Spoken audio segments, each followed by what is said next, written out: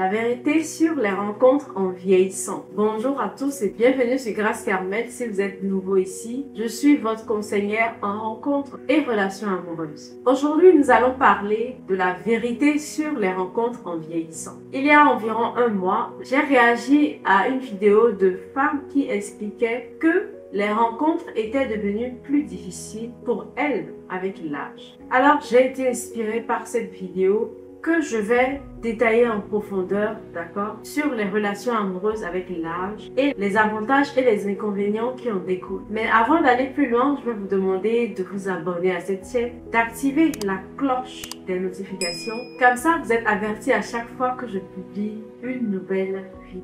Jingle!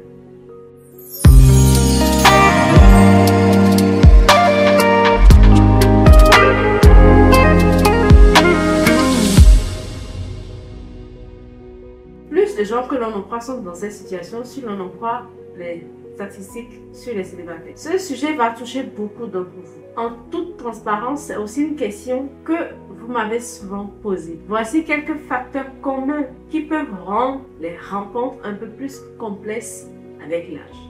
Le premier est l'accroissement des responsabilités. En vieillissant, les gens ont souvent plus de responsabilités, comme leur carrière, leurs enfants ou même la prise en charge de leurs parents plus âgés. Alors, pouvoir concilier ces engagements et les rendez-vous amoureux peuvent s'avérer difficiles et nécessiter une gestion efficace du temps. Ce qui peut évidemment rendre les rendez-vous amoureux un peu plus compliqués. En outre, certaines personnes ne sont pas nécessairement prêtes à assumer la responsabilité d'un beau-parent, par exemple. Par exemple, si vous avez déjà des enfants, cela peut évidemment limiter votre choix de personne.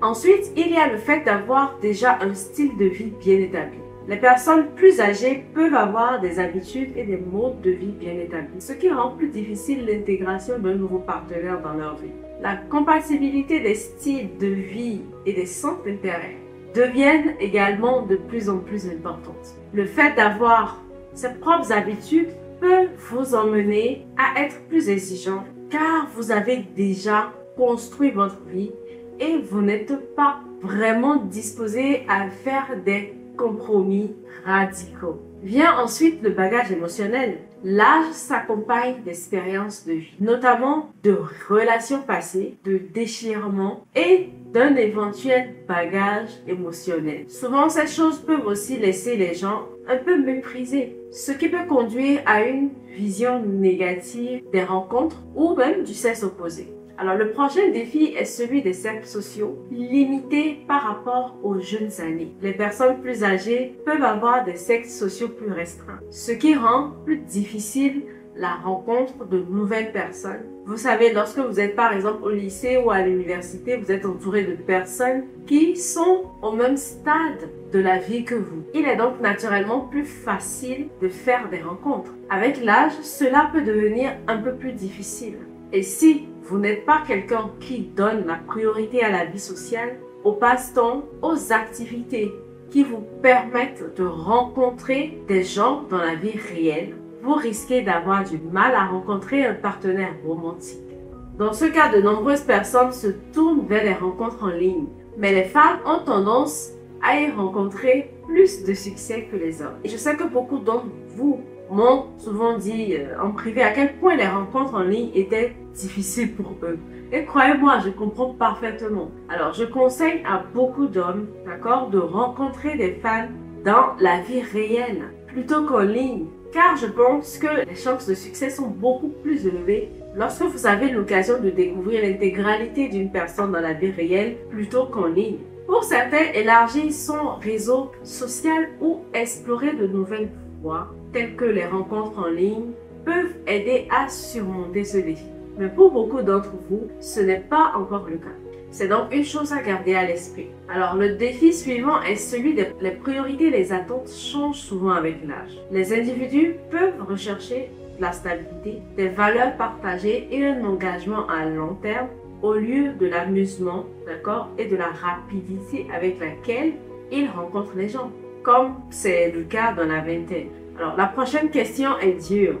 mais elle est vraie. Il s'agit de l'horloge biologique et des problèmes de fertilité. Je pense que l'inconvénient ou le défi qui accompagne cet aspect est qu'il peut pousser de nombreuses personnes à précipiter les choses ou à se contenter de quelqu'un avec qui elles ne sont pas vraiment compatibles. Juste parce qu'elles se sentent obligées de passer à l'action parce qu'elles ne rajeunissent pas. Les changements d'apparence physique et d'aide créent également des défis ou des changements d'apparence au fur et à mesure que nous vieillissons.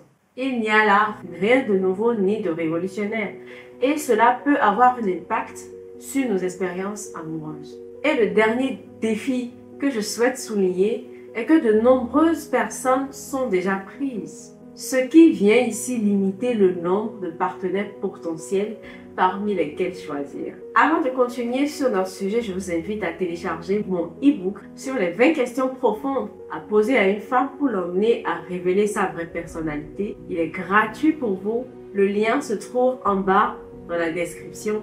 Maintenant que nous avons couvert tous les aspects négatifs, il est temps de passer aux aspects positifs. Malgré les difficultés, d'accord, sortir avec quelqu'un à un stade avancé de la vie peut aussi présenter des avantages uniques.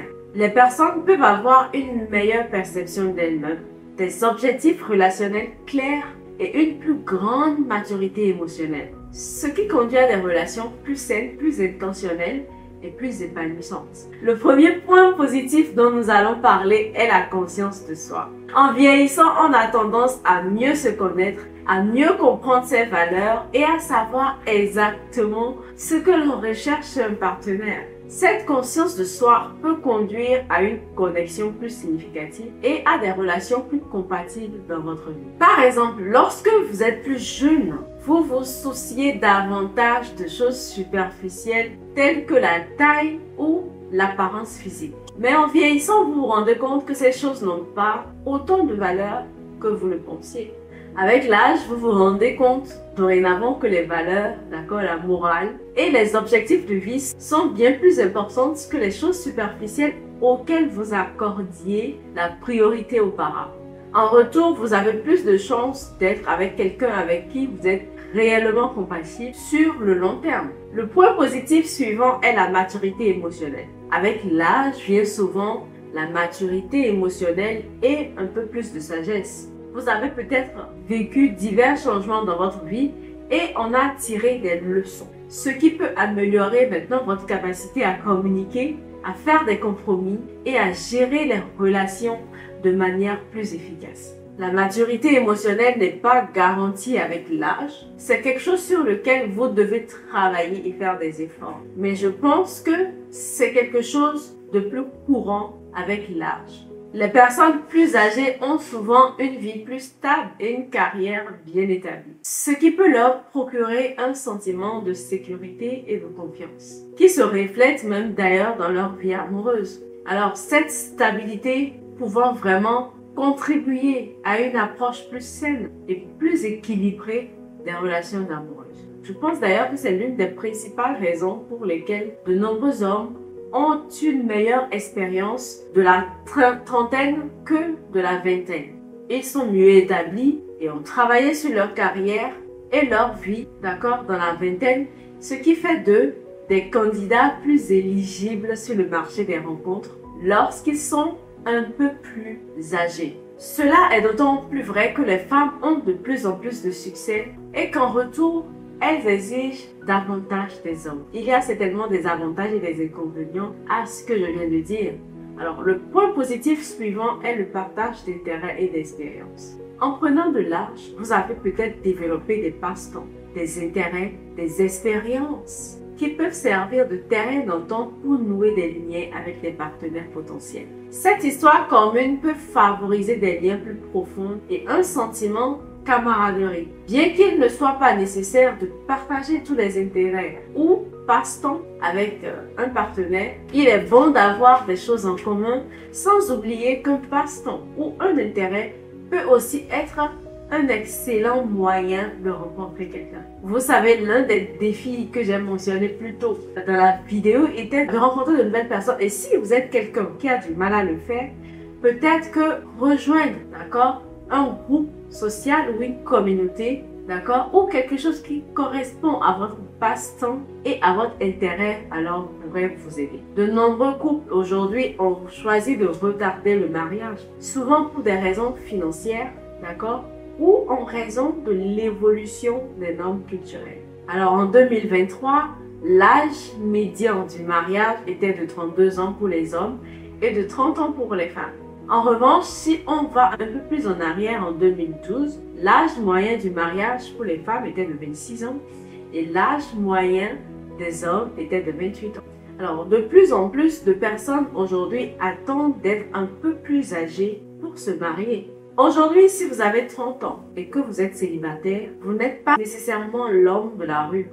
Parce que le taux de divorce après 10 ans est de 48% pour les personnes qui se marient avant l'âge de 18 ans. Vous avez donc déjà évité le pire, quoi. Cependant, le taux n'est que de 25% pour les personnes qui se marient après l'âge de 25 ans. Et pour les personnes qui se marient entre 20 et 25 ans, il y a 44% à 60% de chances que leur union se termine par un divorce. Avant 32 ans, chaque année supplémentaire d'âge au moment du mariage réduit les chances de divorce de 11%. Mais je dois ajouter un point négatif. Après 32 ans, d'accord, le taux de divorce augmente de 5% par an.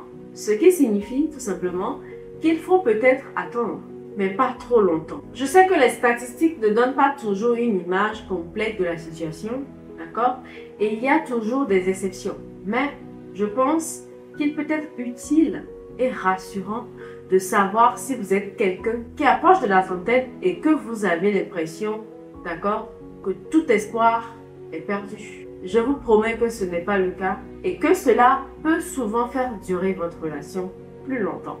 Le but de cette vidéo était donc de mettre en lumière les avantages et les inconvénients des relations amoureuses en vieillissant. J'aimerais que vous me disiez dans la section des commentaires, d'accord, quelles ont été vos expériences en matière de relations amoureuses qui sont devenues plus faciles ou plus difficiles pour vous avec l'âge. J'aimerais également connaître vos points de vue et vos expériences dans les commentaires. Je pense qu'il est également important de se rappeler qu'il y a des avantages et des inconvénients à tout dans la vie. Les relations, les rendez-vous, l'expérience humaine n'est pas noire ou blanche. Ce n'est pas parce que quelque chose n'a pas marché ou a marché pour vous, d'accord, ou pour quelqu'un qu'il en sera de même pour vous. Il est donc important de faire preuve de discernement, d'examiner votre situation et votre vie et de déterminer ce qui est le mieux pour vous. À la suite, d'accord, pour de belles aventures, je vous recommande mon e-book sur les 7 erreurs que font les hommes lorsqu'ils rencontrent une femme. Cliquez sur le lien en barre de la description pour télécharger mon e-book gratuitement. Si vous avez aimé cette vidéo, donnez-lui un pouce de satisfaction, abonnez-vous à cette chaîne parce que je publie toujours une vidéo par semaine. Partagez-la avec ceux ou celles qui vous sont chers. Aussi, assurez-vous de me suivre sur Instagram, @gracecarmel. J'aime beaucoup échanger avec vous là-bas. On se retrouve dans la prochaine vidéo et surtout n'oubliez pas qu'il n'y a que bonheur dans la vie, c'est d'aimer et d'être aimé.